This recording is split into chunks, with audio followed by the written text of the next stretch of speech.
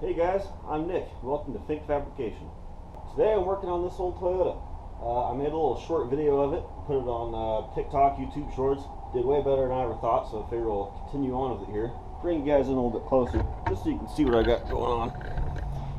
Those are Yamaha RAPTOR 660 carbs. I got those off of Amazon for a steal of a deal, and figured I'd slap them on this truck, try to get the damn thing to run again. Originally, I did this just so I could move the truck around. Story behind the truck is I bought it about a little over a decade ago, and it's been a pain in the ass ever since.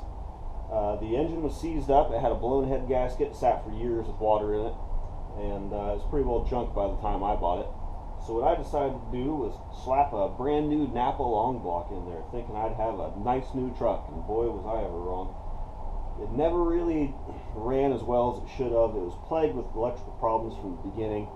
It's eaten a camshaft before, and I'm pretty sure it was rod knocking a little bit last time I really ran it. I just needed a way I could move the damn thing around at this point because, well, years of corrosion and mice pretty much destroyed my wiring harness.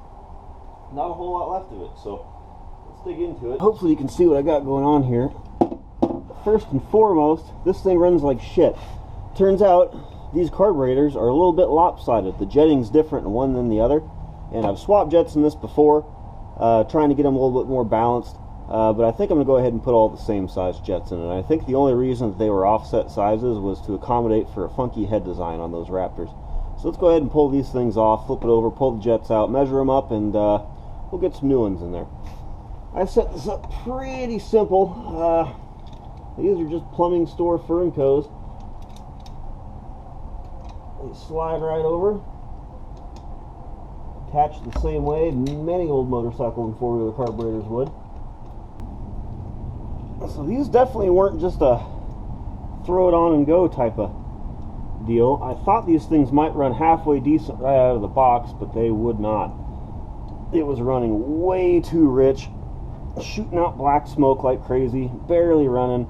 And I had to lean these things out quite a bit. I think the original jet size was something close to a 145, and if I remember correctly, I brought it down to maybe a 110, but I think it could be leaned out a little yet. So that's what we're going to try to do. Bring you guys in a little closer here, just to have a look at what we got going on. And I'll flip these guys back over. So you can kind of see the manifold, the aluminum portion. I'll tell you what, I need to get all this crap cleaned up out of here. There we go. So you can see the aluminum intake manifold, the original part, and I built these little steel adapter plates to go on. Just some little bits of tubing welded on there, and that's what the carburetor is attached to. My big goal here is to get the damn thing to at least idle. It will, but very poorly, very roughly.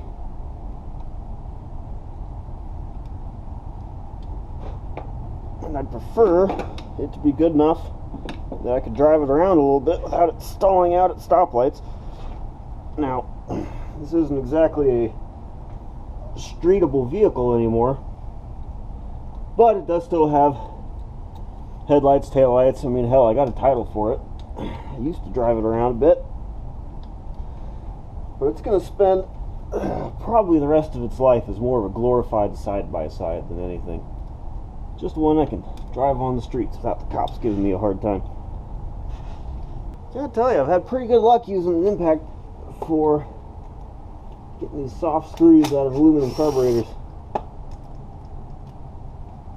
Definitely stripped out more by hand than I have with this thing.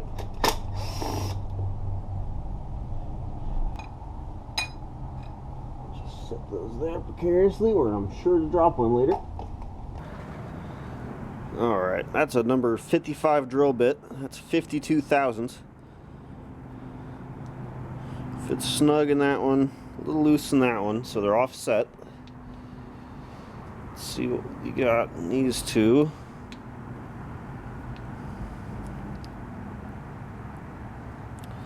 Loosen that one.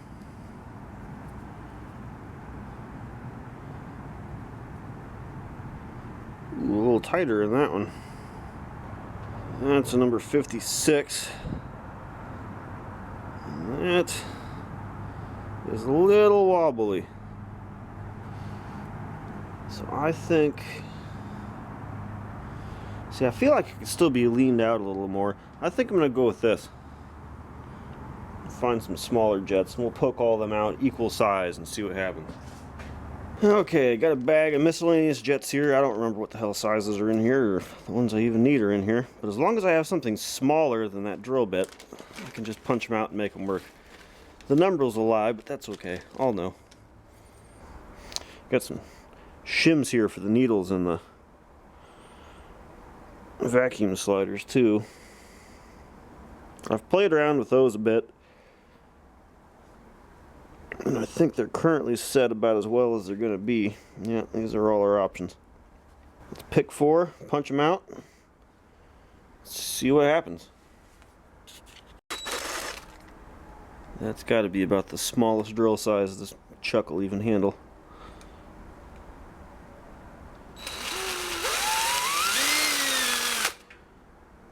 It's just brass. Drill's real easy. I'm just using cheap Harbor Freight drill bits here. Nothing fancy.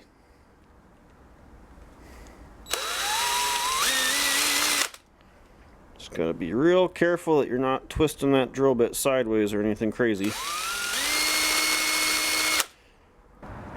Heard a lot of YouTubers say how big of a pain in the ass it is to film everything while you work on it. I never really thought it would have been that bad, but here doing it myself, they're right. Dragging a tripod around, trying to figure out what the hell to say and when to say it, because normally I'd just be doing this crap by myself in silence and, you know, maybe show a little clip of the finished product or something like that. But a little different in this case. Something weird you might notice about these carburetors is they have a jet on one side, but not on the other. That, I believe, is for the choke. I don't know why they're designed that way. In retrospect, really, these were probably a poor option for carb swap than something. They just happen to be the cheapest thing on Amazon, so that's what I went with. If I were to do this over again, or maybe even if I improve this in the future, I'm definitely going to look into getting a nicer set of matching carburetors. Ideally something from a 4-cylinder motorcycle that I could stack side by side. I just need to find some with a bore that's large enough.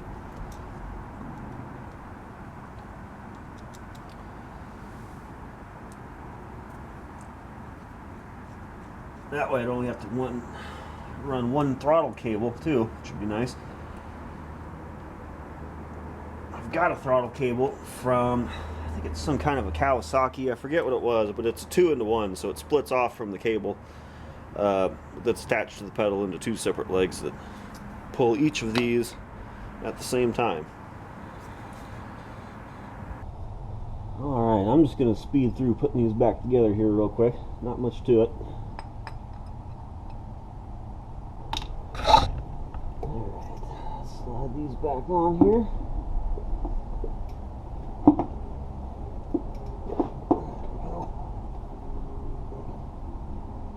If you've ever wondered if fern cones are fuel safe, the answer is kind of. I don't know that I'd rely on this too heavily, but they've been doing okay here. Seem to be holding up. These have been on here for a fair little while now.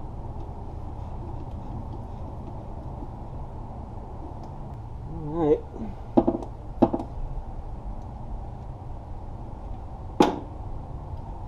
Go ahead and go up the fuel pump. Let's see if it starts spraying gas all over the place.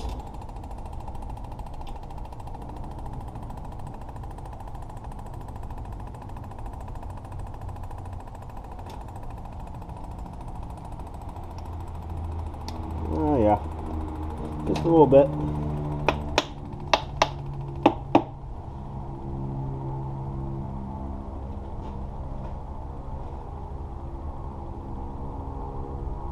We're leaking a little bit out the overflows. The fuel pressure regulator on this thing is kind of a cheap Chinese piece of shit. I don't think it's ever really done what it's supposed to, so a new one of those may be in the cards.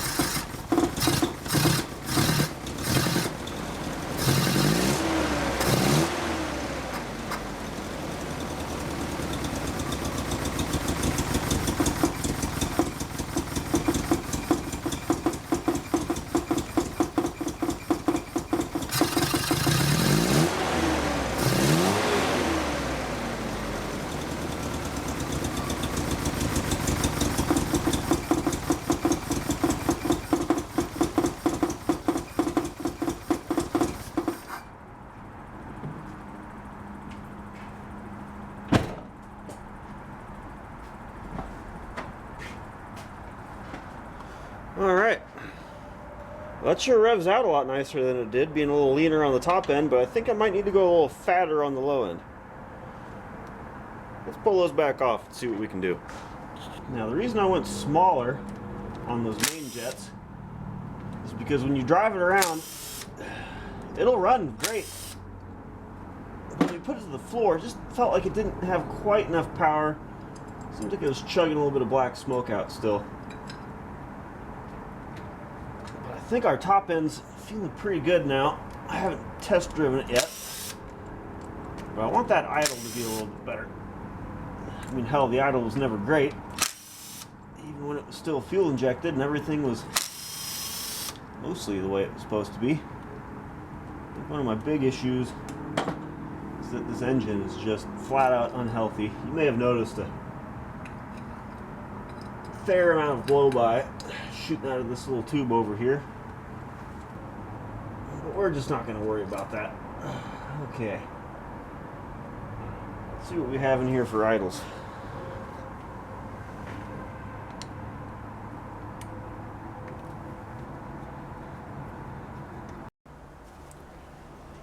Okay, now if you own a guitar, I highly recommend you save your tails off your strings, because these little things can be pretty damn handy, especially if you got a few different gauges.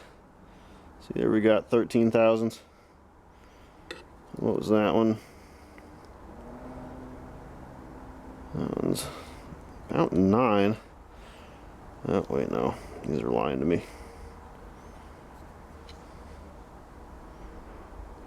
Yeah, it's about 10.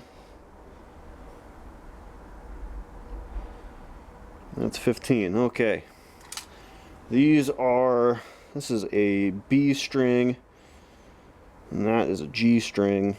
I think those are like Ernie Ball extra slinkies, something like that. But they're real handy for poking out little orifices and stuff. Let's see, I'll clean in there. Let's see if 10 thou will pass through. Yep, 10 thou passes through snugly, but it does it, so I'm guessing that's about what size we have. Yep, let's see, so this was 15. Let's see if 15 will pass through. Not quite, a little tight. So what I'm going to do is I'm going to snip the end of this wire off at a 45-degree angle. I'm going to chuck it up in a drill. I'm going to run it through there. Open them up.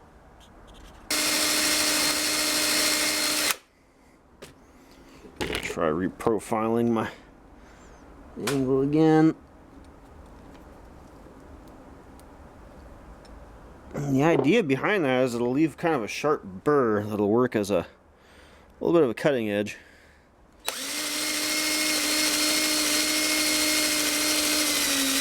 Try right in reverse. There we go. Alright. That is all 4 of them. Opened up to 15 thousandths. Give or take a little.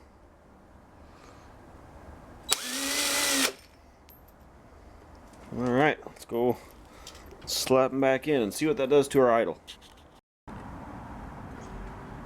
Alright, now if you're trying to jet anything, generally you'd want to do something like, say, pull the choke out and see if it runs better. If it does, you know you need to go a little bit fatter on your idle. If it runs worse, you need to go a little bit leaner. And same can be said. Oh, damn, where'd my screwdriver is? Same can be said of high speed too. If you're flooring it and you're not getting anywhere, pull your choke out. If you have a manual choke, of course. I don't have choke hooked up to this yet. But if it starts running better, floored with the choke out, then you know you need to go fatter on your mains. If it makes it run worse, then maybe you need to lean it out a bit. Now, something that's definitely worth noting here is that I already had these carburetors pretty close. I must have had these damn things apart and back together probably 20 times by now. So you're just kind of coming in on the tail end of it, or I'm just trying to get it dialed in just right. I made some pretty drastic changes in the beginning, just trying to find where it'd be at least somewhat happy, because it wasn't at all. When I first put these on here, you could get it to run, but it would run like shit, and you had to have full choke in order to get it to work. Which I really need to make a set of choke cables for this thing. I wish they had some sort of lever or something on them, but they don't. Again, that's just one of those things you run into when you're trying to make shit work on things that was never intended to work on. Alright, let's get our fuel pump hooked back up. Give her another go.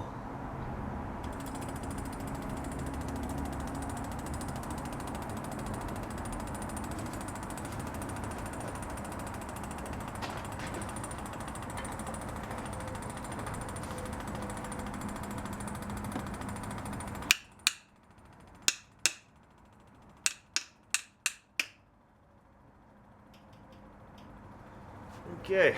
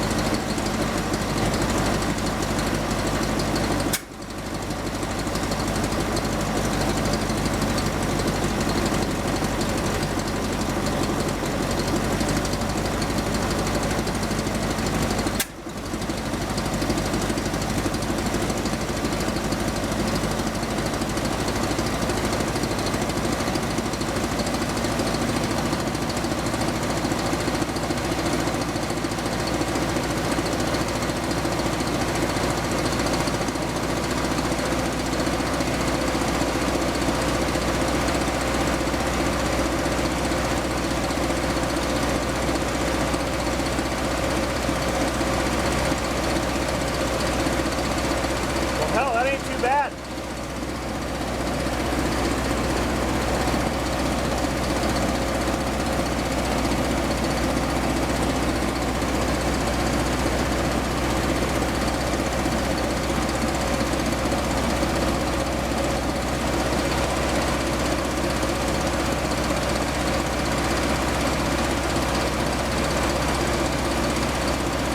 Try to get our idle speed turned down a little bit, but I think that's going to be all right.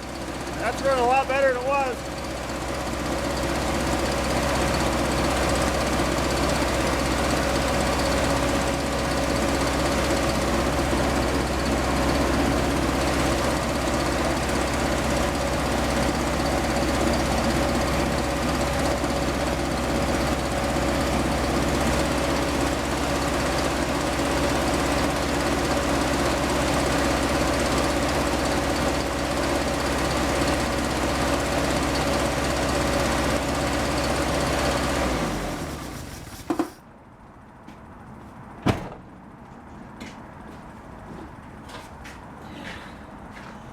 It hiccuped a little bit there, but these carburetors also tend to flat out kind of easy. I'm not even sure that's really fault of the truck or fuel pressure or anything else, other than the fact that these are just the cheapest Chinese carburetors I could find to put on here. I gotta adjust these separately, which makes it kind of weird, so I'm gonna go ahead and start it back up and start turning them down and see what happens.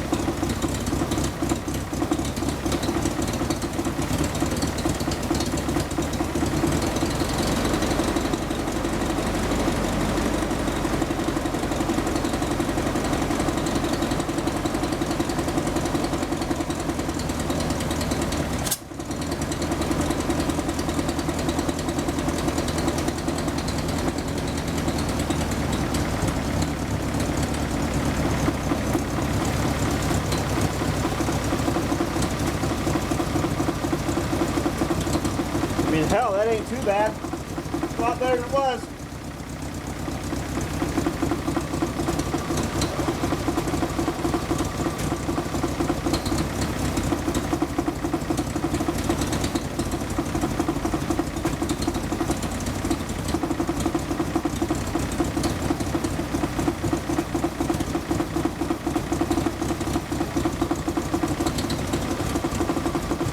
See if it'll still rev.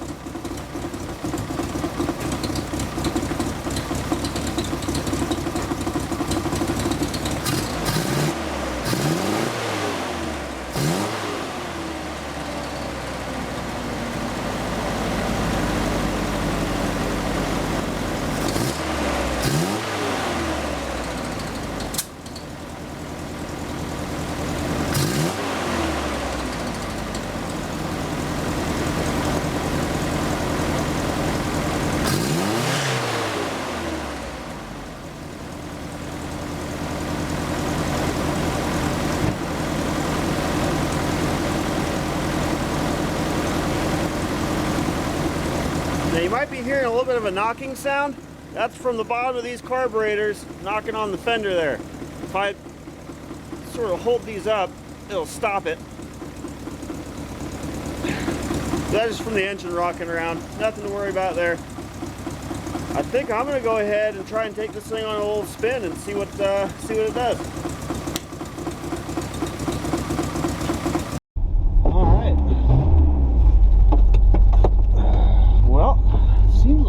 Pretty good.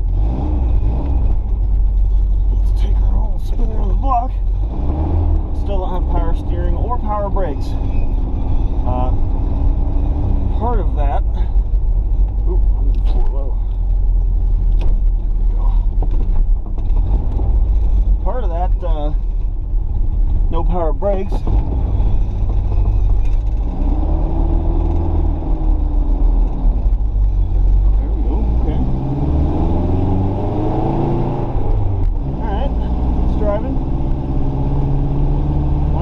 Carburetors on, I eliminated the upper intake manifold, which pretty well destroyed any chance I had of hooking up the vacuum line to it. It's fogging a little bit, but it's driving. So in order to fix that, I'm thinking where the fuel injector's set, I'm going to pull that fuel rail out and make some kind of a crossover tube there. I should hopefully be able to get a vacuum pulled on and feed my brake booster.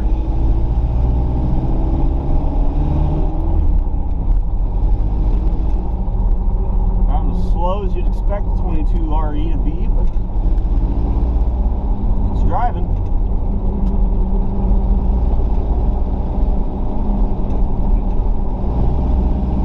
Now there's still more tuning to be done yet. But now it's at least at a point where I can drive it around a little bit and pull plugs, get a reading off of them. Because it might still be a little fat. I may have leaned it out too much when I sized down those mains, but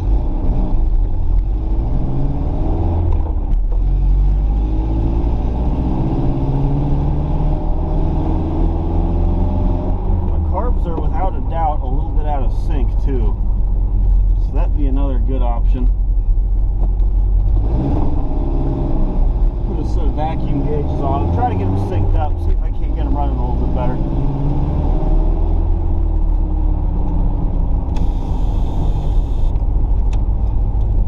Huh.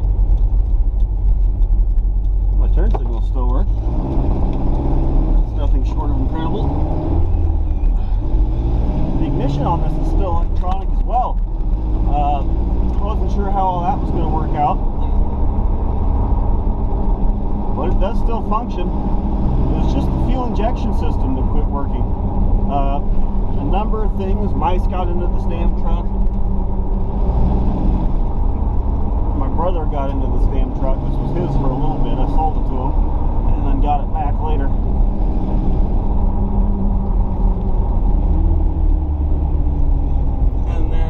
Corrosion was another.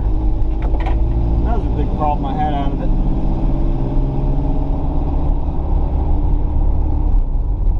It wasn't blowing fuses, but it was melting them right out of the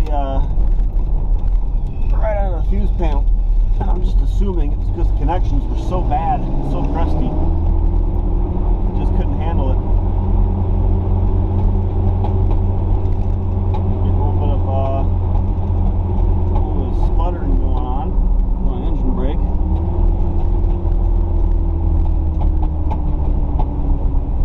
don't know if I'm running a little too fat now with my idle speed, maybe so.